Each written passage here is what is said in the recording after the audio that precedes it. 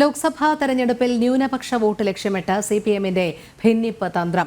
പൗരത്വ നിയമ ഭേദഗതി മുസ്ലിങ്ങൾക്കെതിരാണെന്ന് പ്രചരിപ്പിക്കാനാണ് ശ്രമം.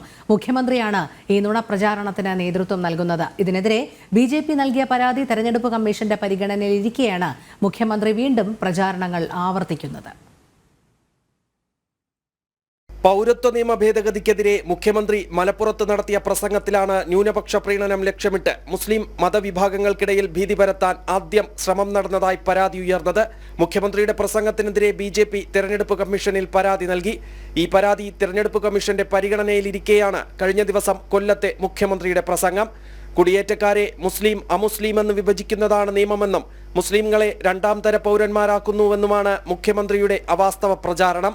CAA-യിൽ പരാമർശിക്കാത്ത കാര്യം സത്യസന്ധമാണെന്ന് പ്രചരിപ്പിക്കാനുള്ള CPM നീക്കത്തിന്റെ ഭാഗമായാണ് മുഖ്യമന്ത്രി നുണപ്രചാരണം നടത്തുന്നതെന്നാണ് ആക്ഷേപം. CAA-ക്കെതിരെ നടന്ന പ്രക്ഷോഭങ്ങൾക്കെതിരെ എടുത്ത കേസുകൾ പിൻവലിക്കുന്നതിന് സർക്കാർ ഇപ്പോൾ തിടുക്കപ്പെട്ട് നിർദ്ദേശം നൽകിയതും ഇതിന്റെ ഭാഗമായാണ്. ജനം, തിരുവനന്തപുരം.